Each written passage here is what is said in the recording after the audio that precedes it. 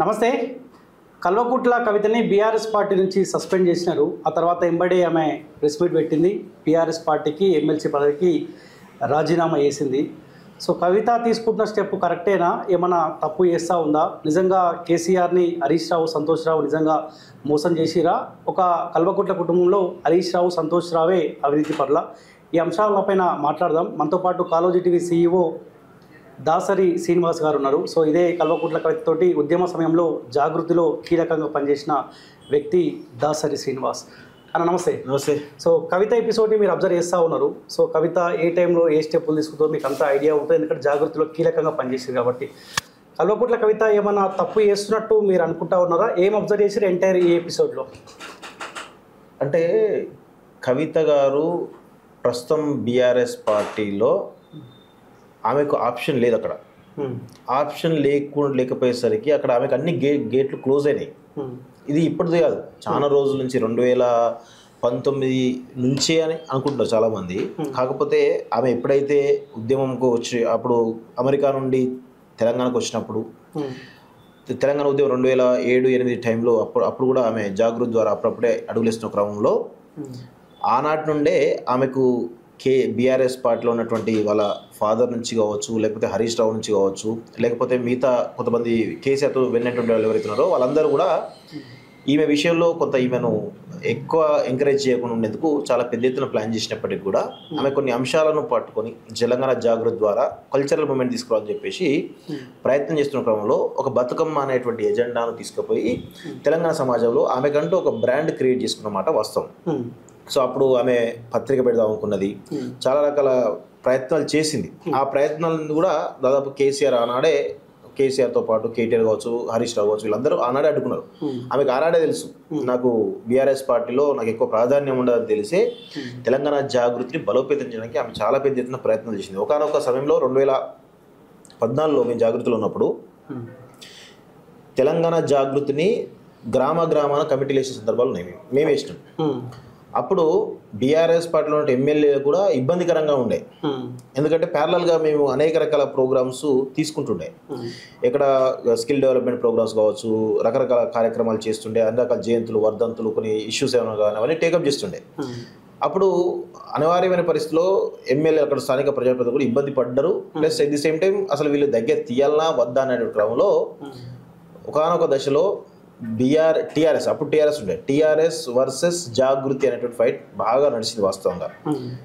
అయితే అప్పుడు కాంగ్రెస్ పార్టీ అంత బలంగా లేదు, అప్పుడు బీజేపీ కూడా అంత బలంగా లేదు. సో ఆల్టర్నేటివ్గా ఎదుగుతుంది, ఇది ప్రమాదకరం, ఎప్పుడన్నా ఇవి ఇచ్చినవైతే ఇబ్బందికరం అని చెప్పేసి 2016-17 సంవత్సరంలోనే కేసీఆర్ చాలా సీరియస్గా కవిత గారికి చెప్పిరు. 2016 మిడ్ టైంలో నాకు తెలిసి జిహెచ్ఎంసీ ఎలక్షన్స్ అయిపోయిన క్రమంలో ఆమె ఆల్రెడీ ఒక ప్రెస్ మీట్ పెట్టేసి మనం తెలంగాణ జాగృతి అనేటువంటి సంస్థ ద్వారా మనకు ఎక్కువ కమిటీలు మనం వేసుకోవద్దు, కొంచెం నిమ్మలంగా ఉండాలని చెప్పేసి ఆనాడే చెప్పింది ఆమె. అంటే అప్పుడే మాకు ఒక ఐడియా ఉంది, ఈ కేసీఆర్ గారు తెలంగాణ జాగృతిని ఎక్కువ బలోపేతం చేయడానికి కవిత గారికి సీరియస్ ఇన్స్ట్రక్షన్ ఇచ్చారు. అందులో భాగంగానే అప్పటికే తగ్గుతూ వస్తూ ఉంది.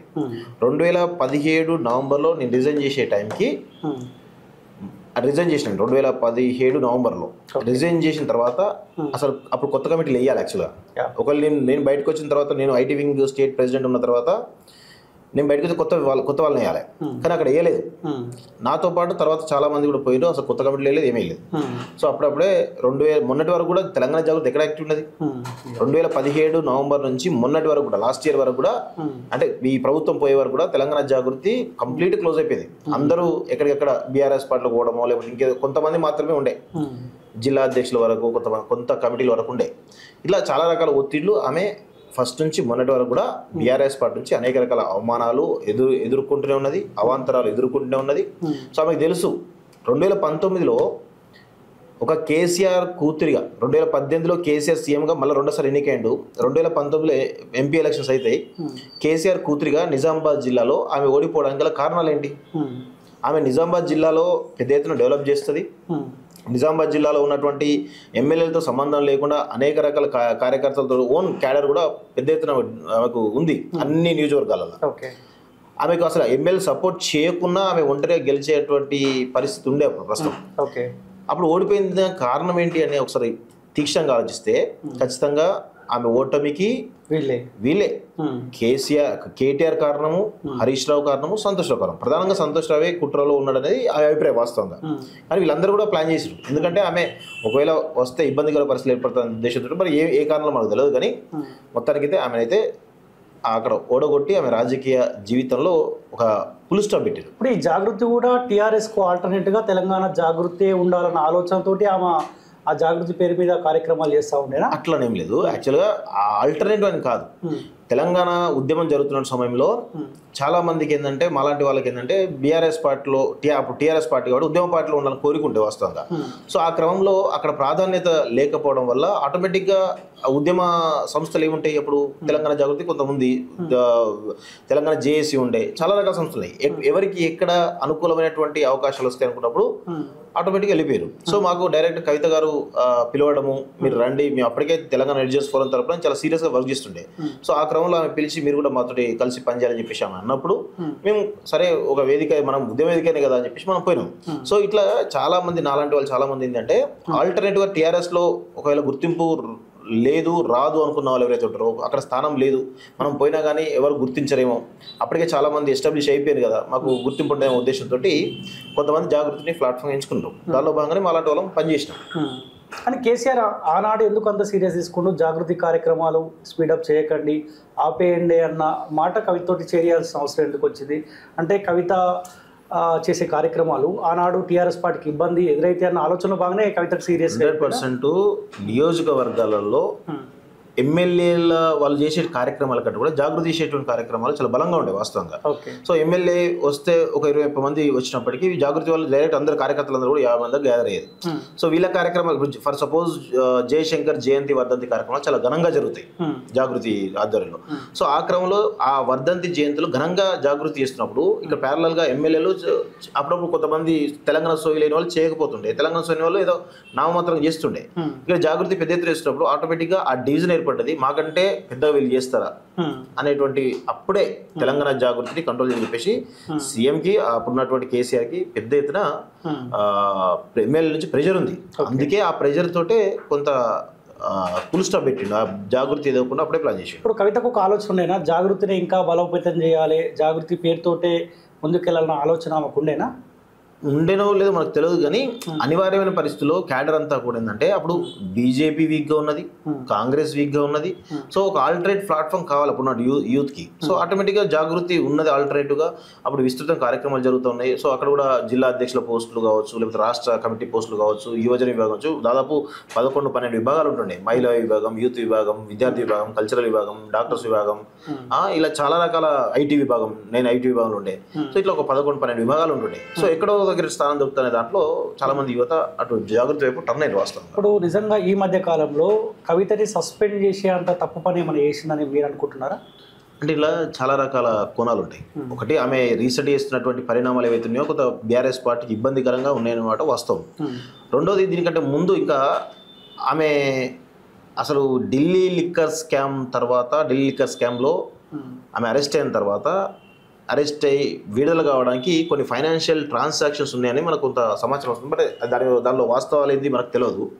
సో ఆ క్రమంలో అప్పటి నుంచి ఎప్పుడైతే జైలు నుంచి బయటికి వచ్చిందో అప్పుడు కేసీఆర్ కొంత పట్టించుకోకపోవడం కావచ్చు, లేకపోతే ఈమె బెయిల్ విషయంలో కేటీఆర్, హరీష్ రావు ఢిల్లీకి వెళ్ళి చాలా సందర్భాల్లో అక్కడ కలిసి అడ్వకేట్తో మాట్లాడడం, రకరకాలుగా వాళ్ళకు ఉండేటువంటి పొలిటికల్ ఏవైతే ఉంటాయో వాటి చేసుకోవడం రావడం జరిగింది. అంటే మంత్రాలు అనుకోరాదు, బీజేపీతో మంత్రాలు లేకపోతే మంత్రాలు చేసుకోవడం జరిగింది. సో ఆ క్రమంలో ఆ మంత్రాలు అనేది కేసీఆర్ దగ్గర పోయినప్పుడు ఆ కేసీఆర్ కొన్ని విషయాలు ఫైనాన్షియల్స్ విషయంలో ఏదో ఇబ్బంది పెట్టి అంటే పెద్ద పట్టించుకోలేదు. సో అది కవిత మీదనే పడ్డది ఆ భారం అంతా. సో ఆ క్రమంలోనే కవిత కొంచెం నొచ్చుకున్నది. సో ఆ ఫైనాన్షియల్ భారం తట్టుకోలేకనే ఇదంతా చేసింది అది ఒక వాదన వినిపిస్తుంది. అది ఎంతవరకు నిజం ఎంతవరకు మనకు తెలియదు. బట్ ఒక 2-3 రకాల స్పెక్యులేషన్ కనబడతా ఉన్నాయి. ఇలా కేసీఆర్ ఈమె జైల్లో ఉన్నప్పుడు కేసీఆర్ పోయి కలవకపోవడం కావచ్చు, లేకపోతే అక్కడ పార్టీలో హరీష్ రావు యొక్క ప్రాధాన్యత పెరగడం వల్ల ఈవెన్ వీళ్ళ కుటుంబంలో కూడా ఇబ్బందికర పరిస్థితులు ఏర్పడతాయి. రేపు ఫర్ సపోజ్ ఇప్పుడు ప్రస్తుతం కేసీఆర్ యొక్క ఆరోగ్య పరిస్థితి కనుక చూస్తే కొంత ఇబ్బందికర పరిస్థితులు ఉన్నాయి.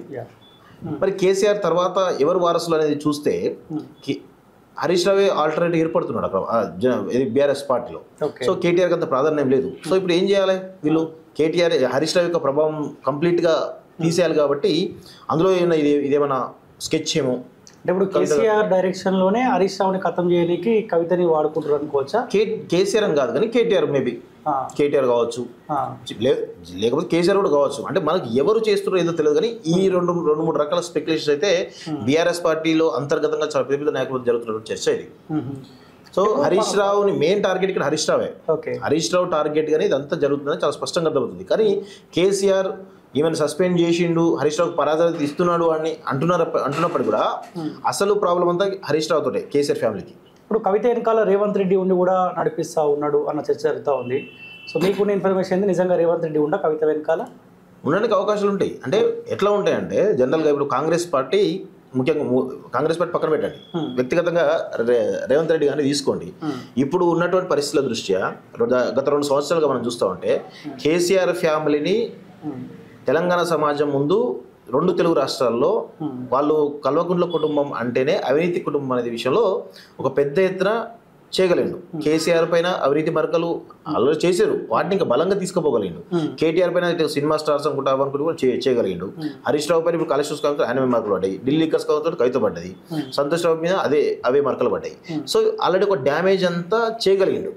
ఇప్పుడు కాళేశ్వరం స్కామ్లో కేసీఆర్ను జనరల్గా ఇక్కడ పీసీ కమిషన్ రిపోర్ట్ రావడం జరిగింది, కలెక్షన్ స్కామ్ సంబంధించిన రిపోర్ట్ రావడం జరిగింది. గతంలో విజిలెన్స్ రిపోర్ట్ ఉంది, ఎన్డీఎస్ రిపోర్ట్ ఉంది. ఈ రిపోర్ట్స్ ఆధారంగా రేవంత్ రెడ్డికి కేసీఆర్ పై క్రిమినల్ చర్యలు తీసుకోవడానికి అవకాశం ఉంటుంది.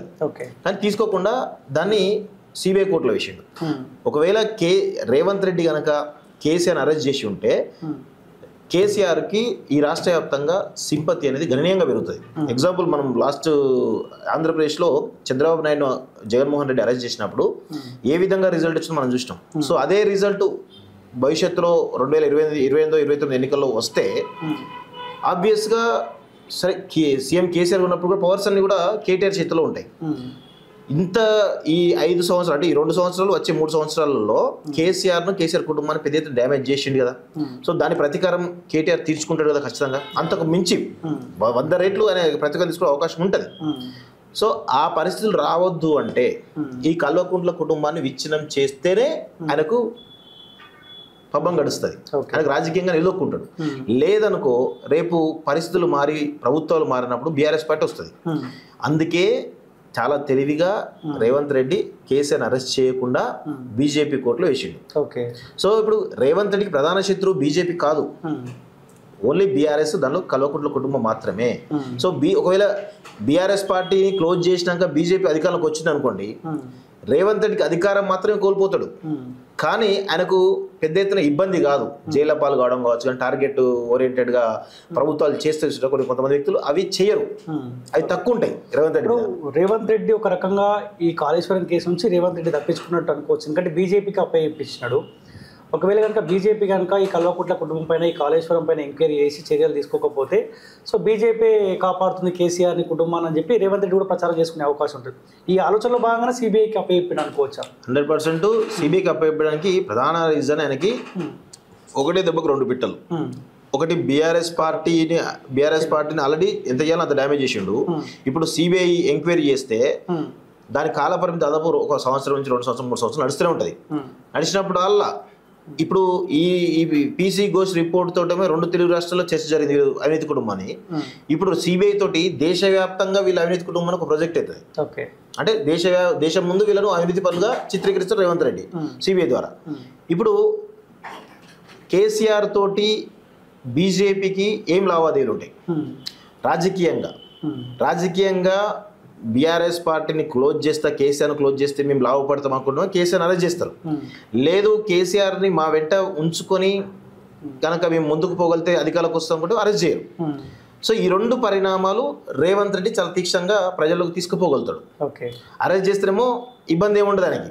అరెస్ట్ చేయకుండా వీళ్ళు కలిసిపోయిన అనుకోండి 100% మళ్ళీ బీజేపీ బీఆర్ఎస్ ఒకటి మళ్ళీ ముద్ర వేసేసి మళ్ళొకసారి అధికారులు రావడానికి రేవంత్ రెడ్డికి అవకాశం ఉంటుంది. సో ఈ పరిణామాలన్నీ రేవంత్ రెడ్డికి అనుకూలంగా ఉంటున్నాయి. కవిత మాట్లాడుతూ కూడా ఈ తెలంగాణ రాష్ట్రంలో జరిగిన అవినీతికి మా నాన్నగారికి ఎటువంటి సంబంధం లేదు, ఓన్లీ హరీష్ రావు సంతోష్ రావు వీళ్ళిద్దరు కలిసి కాళేశ్వరం సంబంధించి అవినీతికి పాల్పడ్డారు, తెలంగాణ రాష్ట్రంలో జరిగిన ప్రతి అవినీతిలో వీళ్ళిద్దరి భాగస్వామ్యం ఉందన్న మాటలు మాట్లాడుతూ ఉంది.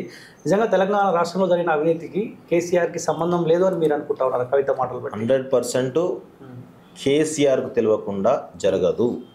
కాళేశ్వరం ప్రాజెక్టు డిజైన్ ఏదైతే ఉందో ఇప్పుడు కాదు, ఆయన ముందు నుంచి ప్రాణహిత చేవేళ్ళ అప్పటి నుంచి కూడా ఈ నీటి ఏవైతే గోదావరి కృష్ణా జలాలకు సంబంధించినటువంటి ఏవైతే ప్రాజెక్ట్ కట్టాలనుకున్నారో ఆ ప్రాజెక్టులన్నిటిపైన పూర్తి స్థాయి అవగాహన ఉంది కేసీఆర్కి. సో ఆ డిజైన్ నుంచి కూడా మొన్న ఇది 2019లో కాళేశ్వరం ప్రాజెక్ట్ ఓపెన్ అయ్యే వరకు కూడా పిన్ టు పిన్ కేసీఆర్ నుంచి జరిగింది. ఓన్లీ హరీష్ రావు అనేటోడు అలా తీసుకుంటే డైరెక్ట్గా ఒక ఇరిగేషన్ శాఖ మంత్రి కమిషన్ తీసుకోవచ్చు కాక, కానీ అలా జరిగినటువంటి కాంట్రాక్ట్ల విషయంలో కావచ్చు, ప్రాజెక్ట్ డిజైన్ విషయంలో కావచ్చు, అలా లొకేషన్ ఎక్కడ మేడిగడ్డ ప్రాజెక్ట్ ఎక్కడ కట్టాలి, సుందిల ప్రాజెక్ట్ ఎక్కడ కట్టాలి, అన్నారం ప్రాజెక్ట్ ఎక్కడ కట్టాలి, ప్లస్ అక్కడ నుంచి వాటర్ ఎస్ఎల్వీస్కి ఎట్లా తీసుకుపోవాలి, మిడ్ మార్కెట్ తీసుకుపోవాలి, మల్లన్న సాగర్ ఏంది, కొండపోచమ్మ సాగర్ ఏంది, ఆ నుంచి హైదరాబాద్కి ఎట్లా, ఈ ప్రాసెస్ అంతా కూడా కేసీఆర్ కంప్లీట్గా ఇంజనీర్లతోటి కొంతమంది ఎక్స్పర్ట్స్ తోటి కంప్లీట్గా ఆయన తెచ్చుకున్నాడు. అందులో కొంతమంది కాంట్రాక్టులు కూడా ఎవరైతే మెగా కృష్ణ ఇలాంటి వాళ్ళు కానీ ఇలాంటి వాళ్ళతో కూడా కూర్చున్నాడు ఆయన. సో ఖచ్చితంగా ఇది కేసీఆర్ తెలియకుండా జరగదు. ఈ స్కామ్కి పూర్తి బాధ్యుడు, ఈ 10,000 కోట్ల స్కామ్ అంటున్నారో దీనిలో ఎంత కమిషన్లు వచ్చినాయో అవన్నిటి కూడా పూర్తి బాధ్యుడు కేసీఆర్ మాత్రమే, తర్వాతనే హరీష్ రావు. అసలు 2018 వరకే కదా హరీష్ రావు ఉన్నది. 2018 వరకే ఆయన ఇరిగేషన్ మినిస్టర్ ఉన్నాడు. దాని తర్వాత 2016లో స్టార్ట్ అయింది కదా, దాని తర్వాత 2 సంవత్సరాలు కాళేశ్వరం ప్రాజెక్ట్ నడిచింది కదా. 2018-19లో కాళేశ్వరం ప్రాజెక్ట్ నడిచింది, దాని కన్స్ట్రక్షన్ అంతా కూడా. మరి అప్పుడు ఉన్నది మరి కేసీఆర్ కదా. సరే ముందంటే జరిగింది, సరే హరీష్ రావు చేతిలో జరిగింది అనుకుందాం. తర్వాత మరి అంతా ఏంటంటే వాళ్ళిద్దరిని టార్గెట్ చేయాలి. ఇప్పుడు సంతోష్ రావు అనేటోడు ఈమెను ఇబ్బంది పెట్టిండు, ఈమె రాజకీయంగా ఎదగకుండా నిజామాబాద్లో ఇబ్బంది పెట్టిండు అనేది ఒక కోపం. రెండోది హరీష్ రావు ఉంటే బీఆర్ఎస్ పార్టీ హరీష్ రావు చేతిలోకి పోతుంది. ఈ 2 కారణాలతో వాళ్ళిద్దరు టార్గెట్ చేసింది. అసలు దోషులు వాళ్ళే కదా, కేసీఆర్ కదా, తర్వాత కేటీఆర్ కదా. వీళ్ళకి తెలియకుండా రూపాయి అటు ఇటు ట్రాన్సాక్షన్ అవుతుందా? ఓకే, ఇంకొక అంశం తెరపై తీసుకొచ్చింది. నేరెళ్ల సంఘటనకు కల్వకుంట్ల తారక రామారావుకి ఎటువంటి సంబంధం లేదు, దీన్ని కూడా తెర వెనుక సంతోష్ రావు ఉండే వాళ్ళపై 3rd డిగ్రీ వేయించిన అంశం తెరపై తీసుకొచ్చింది. నిజంగా కేటీఆర్కు ఆ నేరెళ్ల సంఘటనకు సంబంధం లేదా? 100% నేరెళ్ల ఘటనకి పూర్తి బాధ్యుడు కేటీఆర్. ఎందుకంటే ఇప్పుడు విశ్వజిత్ కాంపాటి ఎస్పీ ఉన్నాడు, ఆయన నియమించేది ఎవరు? సంతోష్ రావు నియమిస్తాడా, కేటీఆర్ నియమించుకుంటారా? సొంత జిల్లాలో కేటీఆర్ నియమించుకుంటాడు కదా. మరి కేటీఆర్ నియమించినప్పుడు కేటీఆర్ మనిషి అయినప్పుడు సంతోష్ రావు ఫోన్ చేస్తే ఒకవేళ కాంపాటి అనేటప్పుడు ఏం చేయాలి? అక్కడ కేటీఆర్కి ఇన్ఫార్మ్ చేయాలి కదా. అసలు నేరేళ్లలో ఇసుక దందా పర్మిషన్ ఎవరు ఇచ్చారు? నేరేళ్లలో ఇంత పెద్ద ఎత్తున లారీలు పోతుంటే కేటీఆర్ తెలియదా? ఖచ్చితంగా ఆ ఇసుక దందా చేసింది సంతోష్ రావు కావచ్చు, కానీ దాని డైరెక్షన్ అంతా కూడా కేటీఆర్దే. ఇప్పుడు నేరెళ్ల బాధితులకు సంబంధించినటువంటి బాధితులు 3rd డిగ్రీ ప్రయోగించడం, వాళ్ళ జీవితాలు పాపం ఎంత దారుణంగా ఉన్నాయి. ఆ నేరెళ్ల హరీష్ కానీ మిగతా వాళ్ళు ఎవరైతున్నారో వాళ్ళు కనీసం సంసారం కూడా పనికిరాకుండా చేసి వీళ్ళంతా ఈ దుర్మార్గులంతా వీళ్ళని అసలు ఎక్కడంటే బహిరంగంగా తెలంగాణ అమరుల స్తూపం బహిరంగంగా ఉరిదీయాలి వీళ్ళని. వాస్తవం చెప్పాలంటే పాపం వాళ్ళు ఈ దేనికి పనికి రాకుండా జీవోత్సవాల్లాగా నేరెల్లో ఇంకా పాపం బిక్కు అంటూ బతుకుతా ఉన్నారు. వాళ్ళు కనీసం న్యాయం కోసం ఇంకా పోరాడుతూ ఉన్నారు. సో ఇది SC/ST అట్రాసిటీ కేసు సంతోష్ రావు మీద కాదు, కేసీఆర్ మీదనే పెట్టాలి. సీఎం క్యాంపస్ ఫోన్ పోయిందని చెప్పింది కదా కవిత. సీఎం క్యాంపస్ బాధ్యులు ఎవరు? కేసీఆరే కదా. సరే ఫోన్ చేసింది సంతోష్ రావు కావచ్చు, కేసీఆర్ ఆఫీసే కదా, అక్కడ ఏం జరిగినా ఆయన బాధ్యుడు కదా. మరి ఆయన ఫోన్ నుంచి పోయినప్పుడు మరి కేసీఆర్ మీద అట్రాసిటీ కేసు పెట్టాలి కదా. SC/ST అట్రాసిటీ కేసు కేసీఆర్ మీద పెట్టాలి, కేటీఆర్ మీద పెట్టాలి, సంతోష్ రావు మీద పెట్టాలి, విశ్వజిత్ కంపాటి మీద పెట్టాలి, SI రవీందర్ మీద పెట్టాలి, వీళ్ళందరి మీద పెట్టాలి. ఇప్పుడు 10 ఏళ్ల కాలం పాటు అదే బీఆర్ఎస్ పార్టీ నాడున్న టీఆర్ఎస్ పార్టీలో కల్వకుంట్ల కవిత అధికారంలో ఉంది కదా. ఏనాడు కూడా హరీష్ రావు అవినీతికి పాల్పడుతుండు, ఏనాడు కూడా సంతోష్ రావు అవినీతికి పాల్పడుతుండు, నేరెళ్ల సంఘటన ఇంకా సంతోష్ రావు ఉందని చెప్పి ఏనాడు కూడా మాట్లాడలేదు. సో ఇప్పుడే తెరపైకి వచ్చి మాట్లాడితే తెలంగాణ సమాజం కవితను నమ్మాల్సిన అవసరం ఉందా? ఇప్పుడు కవితను నమ్మాల్సిన అవసరమా లేదా పక్కన పెడితే, మనం గత దాదాపు 2018 నుంచి అనుకుంటా మనం అందరం కూడా కొట్లాడుతున్నాం. నువ్వు కూడా కొట్లాడుతున్నావు కదా. పెద్ద ఎత్తున మనం కేసీఆర్ ఫ్యామిలీ మీద అనేకమైనటువంటి అవినీతి ఆరోపణలు చేసినాం. వాటికి ఆమె ఎండర్ చేసినట్టే కదా. కాళేశ్వరం స్కామ్ జరిగితే మొత్తుకుంటూనే ఉన్నాం. 2016 నుంచి మొత్తుకుంటూనే ఉన్నాం, ఇది స్కామర్ నాయన, ఇది స్కామర్ నాయన అని మొత్తుకుంటూ ఉన్నాం. నేరెళ్ల ఘటన గురించి ఎంత పెద్ద ఇష్యూ ఏందో మనం చూస్తూనే ఉన్నాం. ఆమె చేసిన ప్రతి ఆరోపణ, ఇప్పుడు ఎవరైతే ఉన్నారో కేసీఆర్ కేటీఆర్ ఏమనలేదు. హరీష్ రావు గురించి మనం చెప్పినాం. ఈ సంతోష్ రావు ఈ హరితహారం గ్రీన్ డే చాలని చెప్పేసి పెద్ద ఎత్తున దోచుకుంటున్నాడు, హరితహారంకి వచ్చిన నిధులన్నీ కూడా దోచుకుంటారని చెప్పి మనం అప్పుడు చెప్పినాం. అదే విషయాన్ని ఆమె ప్రస్తావించింది కదా.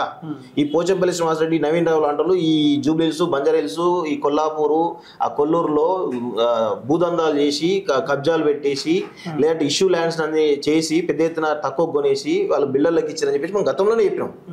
సో ఆమె ఈరోజు వాటిని సమర్థిస్తూ ఉంది. అంటే తెలంగాణ సమాజం ఇప్పుడు ఏంటంటే మనలాంటి వాళ్ళని చేసినటువంటి ఆరోపణలు ఏవైతే ఉన్నాయో దాన్ని నమ్మి ఆల్రెడీ ప్రభుత్వం మారింది మన వాస్తవంగా. ఇప్పుడు ఏంది ప్రజలకు స్పష్టంగా అర్థమవుతుంది, అవును వీళ్ళు మాట్లాడింది, ఈ పిల్లలు మాట్లాడింది నిజమే. దాసరి శ్రీనివాస్ లాంటి వాళ్ళు కానీ, రాము లాంటి వాళ్ళు కానీ, లేకపోతే బక్క జడ్సన్ లాంటి వాళ్ళు కానీ, తిన్మార్ మల్లన్ లాంటి వాళ్ళు కానీ, రఘు కానీ అందరం మనం మాట్లాడలేము కదా.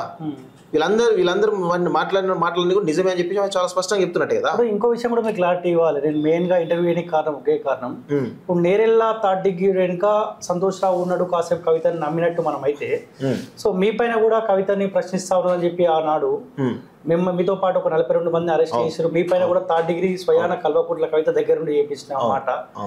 మరి ఈ విషయం కల్వకుట్ల కవిత మర్చిపోయి ఉంటుందా? 100% మర్చిపోదు, నాకు తెలుసు కదా. ఆమె డైరెక్షన్ ఈమె ఏదో నేను శుద్ధ పూస, నాకేం సంబంధం లేదు. నేను ఈరోజు మార్నింగ్ న్యూస్ లో కూడా అదే చెప్పాను.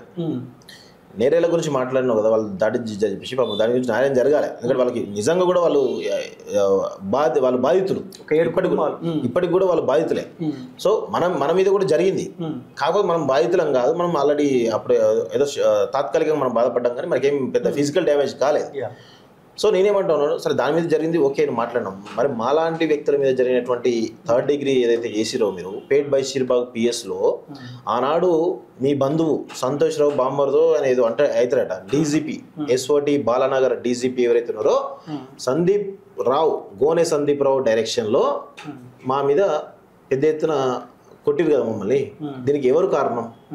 నీ డైరెక్షన్లో జరిగిందా, లేకపోతే సంతోష్ రావు డైరెక్షన్ జరిగిందా? ఎవరి డైరెక్షన్ జరిగిందో చెప్పాలి. మేము అంతా ఎంక్వైరీ చేస్తే ఆయన సంతోష్ బామ్మర్ అని తెలిసింది. మా మీద అభ్యస్ పగే వరకు ఉంటుంది, కవితకే ఉంటుంది. సో ఇది కవిత త్రూ సంతోష్ రావు త్రూ ఏమైనా జరిగిందా, కవిత డైరెక్షన్లో సంతోష్ రావు త్రూ ఏమైనా జరిగిందా అనేది కూడా తేలాలి. వాస్తవం పొద్దున చెప్పే అవకాశం ఉంటుంది. ఆనాడు కూడా దాసరి శ్రీనివాస్ని థర్డ్ డిగ్రీ పెట్టి కొట్టించింది సంతోష్ రావే, నాకేం సంబంధం లేదు, కాకపోతే ఆనాడు నా పేరే బదనాం చేసిన మాట కూడా చెప్పే అవకాశం ఉండొచ్చేమో. అంటే మీకేమైనా డౌట్ వస్తుందా, కవిత లేదేమో సంతోష్ రావే ఉండే? అట్లే ఉండదు. అలా సీరియస్గా అలా జరిగింది కూడా ఆ కవిత గురించి జరిగింది అంశం అంతా కూడా. కవిత గురించి, సంతోష్ రావు గురించి, వీళ్ళందరి గురించి మాట్లాడుతున్న క్రమంలో ఎక్కువ మనం కవిత గురించి ఒక స్టోరీ చేసిన క్రమంలో జరిగింది కాబట్టి ఆమె చేసిందని తెలుసు. అలా ఆమె కప్పిపుచ్చుకోవడానికి లేదు, ఏమి లేదు. ఓకే, తెలంగాణలో మరో షర్మిల కల్వకుట్ల కవిత నిజమేనా? అంటే రాజకీయంగా పులి స్టాప్ పడబోతుందా? అంటే నేను అట్లయితే అనుకోను. ఎందుకంటే కవిత చాప్టర్ క్లోజ్ అని చాలా మంది అనుకుంటున్నారు. అది ఎవరి చిన్నపిల్లాడిని అంటే కానీ ఆమె రాజకీయ జీవితం క్లోజ్ అని అనుకుంటున్నారు. కానీ కవిత రాజకీయ జీవితం పక్కన పెడితే అసలు ఆమె ఈ భవిష్యత్తులో ఆమె చేసేటువంటి ఆరోపణలు, ఆమె రివీల్ చేసేటువంటి అవినీతి, వీళ్ళ ఈ కల్వకుంట్ల కుటుంబంలో ఉన్నటువంటి ముఖ్యంగా హరీష్ రావు కావచ్చు, సంతోష్ రావు కావచ్చు, లేకపోతే మిగతా వాళ్ళకి సంబంధించినటువంటి ఆస్తుల లెక్క ఒక్కొక్కటి ఆమె ప్రతిదీ తెలుసు. ధరణిలో ఎన్ని వేల ఎకరాల ప్రభుత్వ భూములు కొలగొట్టినో ఆమెకు తెలుసు. అదేవిధంగా కాళేశ్వరంలో వాటాలు ఎవరెవరికి ఎంత పర్సెంట్ ఆమెకు తెలుసు. ఇప్పుడు జూబ్లీహిల్స్, బంజారాహిల్స్, కోకాపేట, ఈ ఏదైతే హైదరాబాద్ చుట్టుముక్కలో ఉన్నటువంటి భూములలో కబ్జాలు ఏ భూములు కబ్జాలు చేసారో ఆమెకు తెలుసు. ఎక్కడెక్కడ ఏ ప్రాజెక్టులో ఎంతెంత కమిషన్లు పోయినాయి, ఏ ప్రాజెక్టులో ఎంత తిన్నారు, ఎవరెవరు ఎంత తిన్నారు అనేది పూర్తిగా తెలుసు. మైహోం రామేశ్వరరావుకు ఎవరు భూములు ఇచ్చారు, వాసవికి ఎవరు భూములు ఇచ్చారు, వంశీరామ్ బిల్డర్స్కు భూములు ఎవరు ఇచ్చారు, ఇటు రాజ్ పుష్పకి భూములు ఎవరు ఇచ్చారు, ఈ భూములు ఇచ్చిన వాళ్ళు, ఈ భూములు ఇచ్చిన లెక్క ఎవరెవరు, ఎక్కడ సర్వే నెంబర్లు, ఎక్కడ భూములు, దీనిలో పోచంపల్లి శ్రీనివాసరెడ్డి వాటా ఎంత, నవీన్ రావు వాటా ఎంత, సంతోష్ రావు వాటా ఎంత, హరీష్ రావు వాటా ఎంత, కేటీఆర్ వాటా ఎంత, కేసీఆర్ వాటా ఎంత, వీళ్ళ షెల్ కంపెనీలు ఎక్కడ ఉన్నాయి, మలేషియాలో ఉన్నాయా, సింగపూర్లో ఉన్నాయా, లేకపోతే యూఎస్లో ఉన్నాయా, యూకేలో ఉన్నాయా, హాంకాంగ్లో ఉన్నాయా,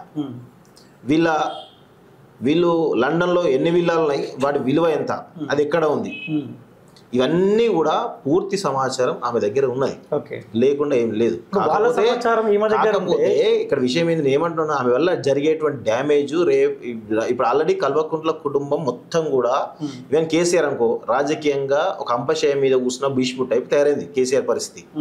రేపటి రోజున ఈమె సంధించే బాణాలను దృష్టిలో పెట్టుకొని అంపశయ్య నుంచి కంప్లీట్ రాజకీయ సమాధి బీఆర్ఎస్ పార్టీ మొత్తం కూడా వేయడానికి స్కోప్ అయితే ఉన్నది. ఓకే, ఈమె కూడా బాగానే సంపాదించుకుంది కదా. నేను కొద్దిసేపటి క్రితమే బంజారాహిల్స్ వాళ్ళ ఇంటికాంచారు వస్తూ ఉన్నా. ఈమె కూడా ఏమి గతి లేకుండే ఇప్పుడు హరీష్ రావుని సంతోష్ రావుని అవినీతి పరులు అంటా ఉంది. ఈమె అవినీతి చేయకపోతే ఎట్లా సంపాదించుకుందన్న ఆస్తులు అంటే ఈమె మీద కూడా క్వశ్చన్ మార్క్ లెక్క ఉండిపోతుంది కదా. 100% ఈమె కూడా బాధ్యురాలే. అలా ఇప్పుడు ఈమె ఆల్రెడీ రాజకీయంగా ఖతమైనట్టే కదా. ఆల్రెడీ ఆమె అనుభవిస్తుంది. వీళ్ళంతా ఏంటంటే తెలంగాణ ఉద్యమకారులు కావచ్చు, ముఖ్యంగా తెలంగాణ అమరవీరుల 1200 మంది అమరవీరులు కావచ్చు, లక్షలాది మంది ఉద్యమకారులు అలాంటి వాళ్ళు ఎంతోమంది కూడా జీవితాల త్యాగం చేసిన పునాదులపైన వీళ్ళు ఒక అవినీతి సామ్రాజ్యాన్ని నిర్మించారు. వీళ్ళంతా వీళ్ళ ఈ కర్మ అనేది అంత ఈజీగా ఎవరిని కూడా వదిలిపెట్టదు. మీరు ఇంతమంది పిల్లలు ఇంతమంది జీవితాలు నాశనం చేసినప్పుడు కర్మ అనేది ఊకుంటుందా? అందుకే కర్మ అనేది ఇప్పుడు ఈ జన్మలోనే వాళ్ళకు ఏ విధంగా ఉంటుందో చూపిస్తుంది. అందుకే కేసీఆర్ అనేవాడు 2 సంవత్సరాలుగా ఎన్నిసార్లు బయటకు వచ్చిండు? ఎప్పుడో జరిగినటువంటి ఏప్రిల్లో జరిగినటువంటి బహిరంగ సభ బయటకు వచ్చి ఇంతవరకు ఆయన ముఖం తెలియదు, ఏం తెలియదు. ఏం చేస్తుండనే ఆయన పరిస్థితి తెలుసా? 2 సంవత్సరాల నుంచి చాలా మంది వ్యక్తులు నువ్వు చేసిన మిస్టేక్స్ ఏందని చెప్తుంటే కుమిలికుమిలి వస్తా ఉన్నాడు. ఆయన తెలంగాణ సమాజానికి నేను ద్రోహం చేసిన అనే దాంట్లో ఆయన కుమిలికుమిలి ఏడుస్తా ఉన్నాడు. ఆయన ఎప్పుడైనా కానీ ఏదైనా కానీ తెలంగాణ ప్రజలకు క్షమాపణ చెప్పడానికి సమయం వస్తుంది. ఆయన కూడా చెప్తాడు కూడా. కొంత సోయి ఉన్నాడు వాస్తవంగా చెప్పాలంటే. ఇప్పుడు కవిత ముందు ఉన్న ఆప్షన్ ఏంది? కొత్త పార్టీ 100% కొత్త పార్టీ పెడుతుంది. అంటే చాలా మంది ఏమనుకుంటే కాంగ్రెస్లోకి పోతుంది, కాంగ్రెస్లో మినిస్టర్ పదవి ఆల్రెడీ 3 మినిస్టర్లు ఖాళీ ఉన్నాయి కదా, ఒకటి తీసుకుంటుందని అంటున్నారు. కానీ రీసెంట్ పరిణామాలు చూస్తూ ఉంటే పీసీ ప్రెసిడెంటే వద్దంటాడు. కానీ ఎంతైనా రాజకీయాలు ఎప్పుడైనా ఏదైనా జరగచ్చు, అది ఏం చెప్పలేము. కానీ ఆమె ముందున్న ప్రజెంట్ ఆప్షన్ అయితే కొత్త పార్టీ. సో అది కొంత ఆమె పూలే ఫ్రంట్ అనుకుంటా బీసీల గురించి మాట్లాడుతుంది కాబట్టి కొంత బహుజన కోణంలో పెడుతుంది అనేటువంటి ఆలోచన అయితే కనబడతా ఉంది. అది ఒక పార్టీ కూడా ఏదో ఈ మధ్యకాలంలో రిజిస్టర్ అయింది అని అంటున్నారు ఢిల్లీ నుంచి. అది ఏంది అని మాకు డీటెయిల్స్ తెలియదు. సో అదే ఇది అనేటువంటి ఒక తెలంగాణలో ఒక పార్టీ కొత్త పార్టీ రిజిస్టర్ అయింది ఈ మధ్యలో అని అంటున్నారు. అది ఆమె చెప్తేనే మనకు బయటకు వస్తుంది, లేకపోతే దాని ఏమైనా ఎవిడెన్స్ వస్తే మనం చెప్పొచ్చు. మనం చెప్పకుండా మనం ఏం చెప్పలేము. ఓకేనా, ఎనీవేనా, thank you so much. Thank you. So ఇది కాలోజీ టీవీ CEO దాసరి శ్రీనివాస్ గారితో స్పెషల్ ఇంటర్వ్యూ. చూస్తుండే పక్కా తెలంగాణ, ఇది ప్రజల గొంతుక.